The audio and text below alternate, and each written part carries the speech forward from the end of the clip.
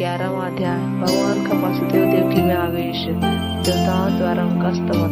तो आइए कथा आरंभ करते हैं। श्री नारद जी कहते हैं, मिथिलेश्वर तदंतर परात्पर परिपूर्ण साक्षात भगवान श्री कृष्ण पहले वासुदेव जी के मन में आविष्ट हुए। भगवान का आवेश होते ही महामना वासुदेव सूर्य चंद्रमा और अग्नि के समान महान तेज से उद्भासित हो उठे, मानो उनके रूप में दूसरे यज्ञ नारायण ही प्रकट हो गए हों। फिर सबको अभय देने वाले श्री कृष्ण देवी देवकी के गर्भ में आविष्ट हुए। इससे उस कारागृह में देवकी उसी तरह दिव्य दीप्ति से चमक उठी जैसे घनमाला में चपला चमक उठती है। देवकी के उस तेजस्वी रूप को देखकर कंस मन ही मन भय से व्याकुल होकर बोला, यह मेरा प्राण हंता आ गया है, क्योंकि इसके पहले यह ऐसी तेजस्वी नहीं थी। इस शिशु को जन्म लेते ही मैं अवश्य मार डालूंगा। यो कहकर वह भय से विवल हो उस बालक के जन्म की प्रतीक्षा करने लगा। भय के कारण अपने पूर्व शत्रु भगवान विष्णु का चिंतन करते हुए वह सर्वदा उन्हीं को देखने लगा। अहो, दृढ़ता पूर्वक पैर बंध जाने से भगवान श्री कृष्ण भी प्रत्यक्ष की भांति दर्शन होने लगता है। इसलिए असुर श्री कृष्ण की प्राप्ति के उद्देश्य से ही उनके साथ बैर करते हैं। जब भगवान गर्भ में आविष्ट हुए तब ब्रह्मा आदि देवता तथा अस्मा आदि यानी कि नारद प्रभृति मुनीश्वर वसुदेव के गृह के ऊपर आकाश में स्थित हो भगवान को प्रणाम करके उनकी स्तुति करने लगे। देवता बोले, जागृत स्वप्न आदि अवस्थाओं में प्रतीत होने वाले विश्व के जो एकमात्र हेतु होते हुए भी अहेतु है, जिनके गुणों का आश्रय लेकर ही ये प्राणी समुदाय सब ओर विचरते हैं, तथा जैसे अग्नि से निकलकर सब ओर फैले हुए विस्फुरी लिंग यानी कि चिंगारियां पुनः उनमें प्रवेश नहीं करते, उसी प्रकार महातत्व इंद्रिय वर्ग तथा उनके अधिष्ठाता देव समुदाय जिन से प्रकट हो पुनः उनमें प्रवेश नहीं पाते। उन परमात्मा भगवान श्री कृष्ण को हमारे साथ नमस्कार है। बलवानों में भी सबसे अधिक बलिष्ठ यह अवतार भी जिन पर शासन करने में असमर्थ है, माया भी जिन पर कोई प्रभाव नहीं डाल सकती, तथा नित्य शब्द यानी कि वेद जिनको अपना विषय नहीं बना पाता, उन परम अमृत प्रशांत शुद्ध परात्पर पूर्ण ब्रह्म स्वरूप आप भगवान की हम शरण में आए हैं, जिन परमेश्वर के अंशावतार, कालावतार, आवेशावतार तथा पूर्वावतार सहित विभिन्न अवतारों द्वारा इस विश्व के सृष्टि पालन आदि कार्य संपालित होते हैं। उन्हीं पूर्ण से भी परिपूर्ण भगवान श्री कृष्ण को हम प्रणाम करते हैं। प्रभु, अतीत वर्तमान और अनागत यानी कि भविष्य मनवंतरों युगों तथा कल्पों में आप अपने अंश और कला द्वारा अवतार विग्रह धारण करते हैं, किंतु आज ही वह सौभाग्यपूर्ण अवसर आया है जबकि आप अपने परिपूर्णतम धाम यानी कि तेज पुंज का यहाँ विस्तार कर रहे हैं। आप इस परिपूर्णतम अवतार द्वारा भूतल पर धर्म की स्थापना करके आप लोक में मंगल यानी कि कल्याण का प्रसार करेंगे। आनंद कंद देवकी नंदन, आपकी जो चरण विशुद्ध अंतःकरण वाले योगियों के लिए भी दुर्लभ है, आगम्य है, वही उन बड़भागी भक्तों के लिए परम सुलभ है, जो अपने निर्मल हृदय में भक्ति योग धारण करके सदा रस में निमग्न हो द्रवित चित रहते हैं। शिशु रूप में मंद मंद विचरने वाले चार बिंदुओं के मकरंद एवं पराग को हम सानुराग से प्रधान करें, यही हमारी आंतरिक अभिलाषा है। आप पहले से ही परम कमनीय क्लेवरधारी हैं और यहाँ इस अवतार में भी उसी कमनीय रूप से आप सुशोभित होंगे। आपका रूप कोटि शत कामदेवों को भी मोहित करने वाला परम अद्भुत है। आप गोलोक धाम में धारित दिव्य दीप्ति राशि को यहाँ भी धारण करेंगे। सर्वोत्कृष्ट धर्म धन के धारयिता आप श्री राधा वल्लभ को हम प्रणाम करते हैं। उसमें मनुष्यों सहित ब्रह्मा आदि सब देवता श्री हरि को नमस्कार करके उनकी महिमा का ज्ञान स्वभाव की प्रशंसा करते हुए प्रसन्नता पूर्वक अपने अपने धाम को चले गए। मिथिला सम्राट बहुलाश्व तदंतर जब श्री हरि के प्राकट्य का समय आया, आकाश स्वच्छ हो गया, दसों दिशाएं निर्मल हो गई, तारे अत्यंत उद्दीप्त हो उठे, भूमंडल में प्रसन्नता छा गई, नदी नद सरोवर और समुद्र के जल स्वच्छ हो गए, सब और सहस्त्र तथा सतदल कमल खिल उठे, वायु के स्पर्श से उनकी सुगंध युक्त पराग सब दिशाओं में फैलने लगे तथा कमलों पर भ्रमण गुंजार करने लगे, शीतल मंद सुगंध वायु बहने लगी, जनपद और ग्राम सुख सुविधा से संपन्न हो गए, बड़े बड़े नगर तो मंगल के धाम बन गए, देवता ब्राह्मण पर्वत वृक्ष और गौरव सभी सुख सामग्री से परिपूर्ण हो गए। देवताओं की दुदुम्बियां बज उठी, साथ ही जय जयकार की ध्वनि सब ओर व्याप्त हो गई।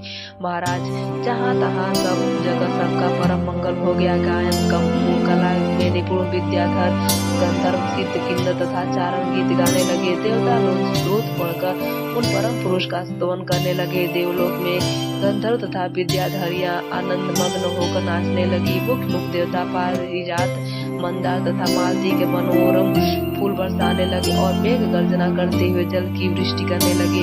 भाद्रपद मास श्री कृष्ण पक्ष रोहिणी नक्षत्र हर्षण युग तथा वृष लग्न में अष्टमी तिथि को आधी रात के समय चंद्रोदय काल में जब की जगत में अंधकार छा रहा था, वसुदेव मंदिर में देवकी के गर्भ से साक्षात श्री हरि प्रकट हुए। ठीक उसी तरह जैसे अरण्य काष्ठ से अग्नि का आविर्भाव होता है, कंठ के प्रकाशमान स्वच्छ एवं विचित्र मुक्ताहार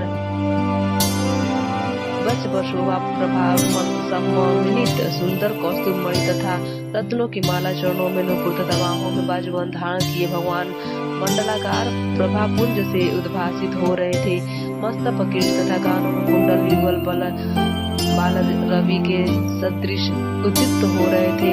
कलाइयों में प्रज्वलित अग्नि के समान कांतिमान अद्भुत कंकण मिल रहे थे। कट की करधनी में जो डोर या जंजीर लगी थी, उसकी प्रभा विद्युत के समान सबोर व्याप्त हो रही थी। कंठ देश में कमलों की माला शोभा पाती थी, जिनसे ऊपर मधुकर मंडरा रहे थे। उनके श्री अंगों पर जो दिव्य पीत वस्त्र था, वह नूतन यानी कि तपाए हुए जामुनद यानी कि सुवर्ण की शोभा को तिरस्कृत कर रहा था। श्याम सुंदर विग्रह पर सुशोभित व पीताम्बर विद्युत द्विलास से विलसित नील मेघ के सौभाग्यपूर्ण सौंदर्य को छीन लेता था। मुख के ऊपर शिरोदेश में काले काले घुंघराले केश शोभा पाते थे। मुखचंद्र की चंचल रश्मियां वहां का संपूर्ण अंधकार दूर किए देती थी। वह परम सुंदर सुबद आनंद प्रफुल्ल इंद्रियवर सदृश युगल नेत्रों में सुशोभित था। उस पर विचित्र रीति से मनोहर पत्र रचना की गई थी, जिससे मंडित अभिराम मुख सदैव करोड़ों कामदेवों को मोह लेता था। वे गौतम परात्पर भगवान मधुर ध्वनि से वेणु बजाने में तत्पर थे। ऐसे पुत्र का अवलोकन करके यदुकुल तिलक वसुदेव जी के नेत्र भगवान के जन्मोत्सव जनित आनंद में खिल उठे। फिर उन्होंने शीघ्र ब्राह्मणों को 1 लाख गोदान करने का मन ही मन संकल्प किया। सूची कारागार में प्रभु का आविर्भाव प्रत्यक्ष हो गया। इससे वसुदेव जी का सारा भय जाता रहा। वे अत्यंत विस्मित हो हाथ जोड़कर आदि अनंत रहित श्री हरि को प्रणाम करके स्त्रोतों द्वारा उनका स्तवन करने लगे। श्री वसुदेव जी बोले, भगवान जो एकमात्र अद्वितीय है, वे ही ब्रह्म परमात्मा आप प्रकृति के सत्वादि गुणों के कारण अनेक रूपों में प्रतीत होते हैं। आप ही संहारक, आप ही उत्पादक तथा आप ही इस जगत के पालक है। हे आदिदेव, हे त्रिगुणपते परमात्मा, जैसे स्फटिक मणि उपाधि रंगों से लिप्त नहीं होती, उसी प्रकार आप देह के वर्णों से लिप्त ही रहते हैं। ऐसे आप परमेश्वर को मेरा नमस्कार है। जैसे ईंधन में आग छिपी रहती है, उसी तरह आप अव्यक्त रूप से इस संपूर्ण जगत में विद्यमान है तथा जैसे आकाश सबके भीतर बाहर भी रहता है, उसी प्रकार आप सबके भीतर बाहर भी स्थित है। आप ही पृथ्वी की भांति समस्त जगत के धारण है, सबके साक्षी है तथा वायु की भांति सर्वत्र जाने की शक्ति रखते हैं। आपको देवता ब्राह्मण अपने भक्तजन तथा बछड़ों के पालक है और उद्भट भूभार का हरण करने के लिए मेरे घर में अवतरित हुए हैं। इस उत्तर पर समस्त पुरुषोत्तमों से भी उत्तम आप ही है। हे भुवनपते, पापी कंस से मुझे बचाइए। श्री नारद जी कहते हैं, मिथिलापति सर्व देवता स्वरूपणी देवकी को भी यह ज्ञात हो गया कि मेरे घर में परिपूर्ण भगवान साक्षात श्याम सुंदर श्री कृष्ण का विवाह हुआ है। अतः वे भी उन्हें नमस्कार करके बोली। देवकी ने कहा, हे सच्चिदानंद घन श्री कृष्ण, हे अगणित ब्रह्मांडों के स्वामी, हे परमेश्वर, हे गोलोक धाम मंदिर के ध्वजा, हे आदिदेव, हे पूर्ण रूप ईश्वर, हे परिपूर्णतम परमेश्वर, हे प्रभु, आप पापी कंस के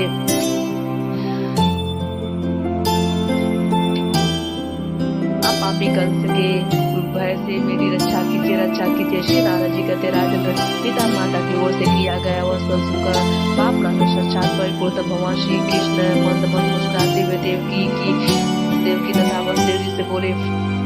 श्री भगवान ने कहा, पूर्व सृष्टि में माता पतिव्रता पृष्णी थी और आप प्रजापति सुतपा, आप दोनों ने संतान के लिए ब्रह्मा जी की आज्ञा से अन्न और जल का त्याग करके बड़ी भारी तपस्या की थी। एक मनवंतर का समय बीत जाने पर भी प्रजा की कामना से आपकी तपस्या चलती रही। तब मैं आप दोनों पर प्रसन्न होकर बोला, आप लोग कोई उत्तम वर मांग लो। मेरी यह बात सुनकर तत्काल बोले, प्रभु हम दोनों को आपके समान पुत्र प्राप्त हो। समय तथास्तु कहकर जब मैं चला गया, तब आप दोनों दंपति अपने पूर्ण कर्म के फलस्वरूप प्रजापति हुए। संसार में मेरे समान तो कोई पुत्र है ही नहीं, यह विचार कर मैं स्वयं परमेश्वर ही आपका पुत्र हुआ। उस समय पुत्र पर मैं कृष्णगर्भ नाम से विख्यात हुआ। फिर दूसरे जन्म में जब आप कश्यप अदिति हुए, तब मैं आपका पुत्र वामन आकार वाला उपेंद्र हुआ। उसी प्रकार इस वर्तमान जन्म में मैं भी आपका प्रात्पर परमेश्वर आप दोनों का पुत्र हुआ हूँ। पिताजी अब आप मुझे नंद भवन में पहुँचा दें, इससे आप दोनों को कंस से कोई भय नहीं होगा। नंद राय की पुत्री को यहाँ ले आकर आप सुखी होइएगा। श्री नारद जी कहते, राजन योग का भगवान वहाँ मौन हो गए। उन दोनों के देखते ही देखते वर्तमान रूप को अदृश्य देख करके बाल रूप को पृथ्वी पर पड़ गए, जैसे किसी नट ने क्षण भर में वेश परिवर्तन कर लिया हो। शिशु को पालने में सुलाकर जो ही वह देव जी ले जाने को उद्यत हुए, तो ही महावन में नंद पत्नी के गर्भ से योग मानस जन्म ग्रहण किया। उसी के प्रभाव से सब लोग सो गए। पहरेदार की नींद लेने लगे। सारे दरवाजे मानो किसी ने खोल दिए। शाकल और अर्घ लाए फूट गई। श्री कृष्ण को माथे पर लिए हुए वसुदेव जी के गृह से बाहर निकले। उस समय उसके भीतर अज्ञान और बाहर का अंधेरा स्वतः दूर हो गया। ठीक उसी तरह जैसे सूर्योदय होने पर अंधकार का तत्काल नाश हो जाता है। आकाश में बादल गिराए और वे जल की वृष्टि करने लगे। तब सहस्त्र मुख वाले सूर्य प्रकाश शेषनाग अपने फनों से छत्रछाया करके गिरती हुई जल की धाराओं का निवारण करते उनके पीछे पीछे चलने लगे। उस समय यमुना में जल के वेग से बहने के कारण ऊंची लहरें उठती और भंवरें पड़ रही थी। वे सिंह और सर्पादि जंतुओं को भी बहाए लिए जाती थी, किंतु सरताओं श्रेष्ठ उन कालिंद नदी यमुना ने वसुदेव जी को तत्काल मार्ग दे दिया। नंद राय जी का सारा ब्रज गाड़ी नींद में सो रहा था। वहाँ पहुंचकर वसुदेव जी ने अपने परम शिशु को यशोदा जी की सैया पर शीघ्र सुलाकर उस दिव्य कन्या को देखा। यशोदा जी की उस कन्या को गोद में लेकर वसुदेव जी पुनः अपने घर लौट आए। वे यमुना जी को पार करके पूर्वतः अपने घर में स्थित हो गए। उधर गोपी यशोदा को इतना ही ज्ञात हुआ कि उसे कोई पुत्र या पुत्री हुई है। वे प्रसव वेदना के श्रम से अत्यंत थकी होने का अपनी सैया पर आनंद की नींद लेती हुई सो गई थी। इधर बालक के रोने की आवाज सुनकर पहरेदार राजभवन में उपस्थित हुए और जाकर वीर कंस को बालक के जन्म की सूचना दी। यह समाचार कान में पड़ते ही कंस भय से कातर हो तुरंत श्रुति गृह में पहुंचा।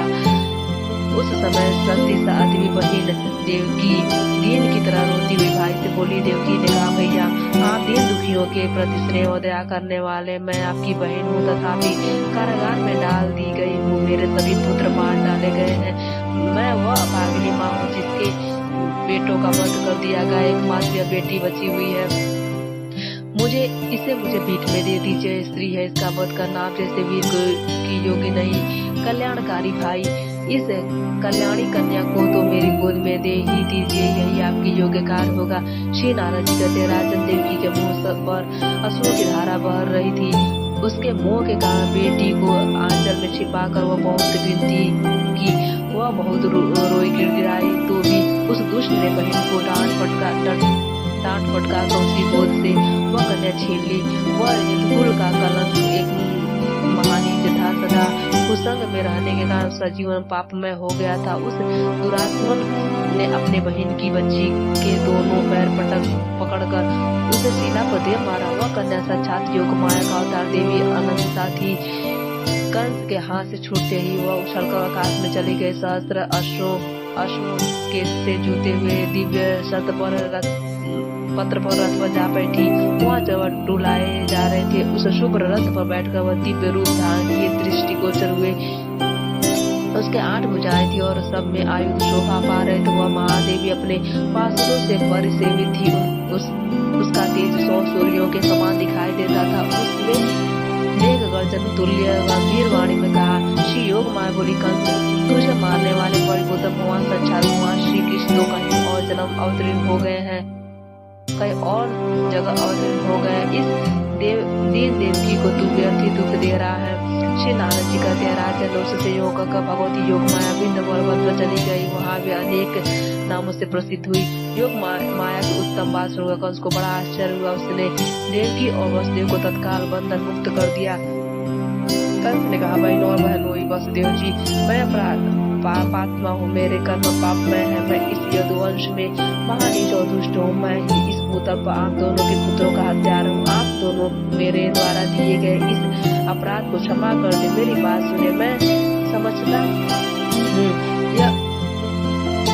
यह सब काल ने किया करा है। जैसे वाल्मीकि माला को जहाँ चाहे उड़ा ले जाती, इसी तरह काल ने मुझे भी स्वेच्छानुसार चलाया है। मैंने देव बात पर विश्वास कर लिया, किंतु देवता भी असत्यवादी ही निकले। इस योग माया ने बताया है कि तेरा शत्रु भूतल पर अवतीर्ण हो गया, किंतु वो कहाँ उत्पन्न हुआ है यह मैं नहीं जानता। श्री नारद जी कहते हैं, राजन, योग का कंस बहनों के चरणों पर गिर पड़ा और फूट फूट कर रोने लगा। उसके मुंह पर अश्रुधारा बह चली। उसने उन दोनों के प्रति सौहार्द यानी कि अत्यंत स्नेह दिखाते हुए उनकी बड़ी सेवा की। अहो परिपूर्णतम प्रभु श्री कृष्ण चंद्र के दया दान कटाक्षों से भूतल पर क्या नहीं हो सकता। तदंतर प्रातः काल दुरात्मा कंस ने प्रलंब आदि बड़े बड़े असुरों को बुलाया और योग माया ने जो कुछ कहा था वह सब उनसे कह सुनाया। कंस ने कहा, मित्रों, जैसा कि योग माया ने बताया, मेरा विनाश करने वाला शत्रु पृथ्वी पर कहीं उत्पन्न हो चुका था। तुम लोग भी 10 दिन के अभी उत्पन्न हुए और जिनको जन्म लिए 10 से अधिक दिन निकल गए हैं, उन समस्त बालकों को मार डालो। दैत्यों ने कहा, महाराज, जब आप द्वंद्व युद्ध में उतरे थे, उस समय रणभूमि में आपके चढ़ाए हुए धनुष की टंका सुनकर सब देवता भाग खड़े हुए थे। फिर उन्हीं से आप है क्यों मान रहे हैं? गौ ब्राह्मण साधु देवता तथा धर्म और यज्ञ आदि जो दूसरे तत्व हैं, वे भी भगवान विष्णु के शरीर माने गए हैं। इन सब के विनाश में दैत्यों का बल भी समर्थ माना गया है। यदि महाविष्णु जो आपका शत्रु है इस पृथ्वी पर उत्पन्न हुआ है, तो उसके वध का यही उपाय है कि गौ ब्राह्मण आदि की विशेष रूप से हिंसा अभियान चलाया जाए। श्री नारद जी कहते हैं, राजन, कंस ने दैत्यों को यह करने की आज्ञा दे दी। इस प्रकार उसका आदेश पाकर वे महान उद्भट दुष्ट दैत्य आकाश में उड़ चले और गौ ब्राह्मण आदि को पीड़ा देने तथा नवजात बालकों की हत्या करने लगे। समुद्र पर्यंत समस्त भूमंडल में वे इच्छानुसार रूप धारण करने वाले दैत्य सर्पों चूहों की तरह घर घर में घुसने और विचरने लगे। उद्भट दैत्य को स्वभाव से ही कुमार्गामी होते हैं। उस पर भी उन्हें कंस की ओर से प्रेरणा प्राप्त हो गई। एक तो बंदर फिर वह शराब पी ले और उस पर भी उसे बिच्छू डंक मार दे तो उसकी चपलता के लिए क्या कहना। यही दशा उन दैत्यों की थी। वे भूतग्रस्त से हो गए थे। विदेह नंदन मिथिलेश्वर विष्णु भक्त धर्मात्माओं के मुख्य परम तपस्वी प्रतापी अंगराज जनक भूमंडल प्रसादी संतों की वह अवहेलना धर्म अर्थ काम और मोक्ष इन चारों पुरुषार्थों का संपूर्णतः नाश कर देती है। भक्तों, आज की कथा यहीं समाप्त होती है।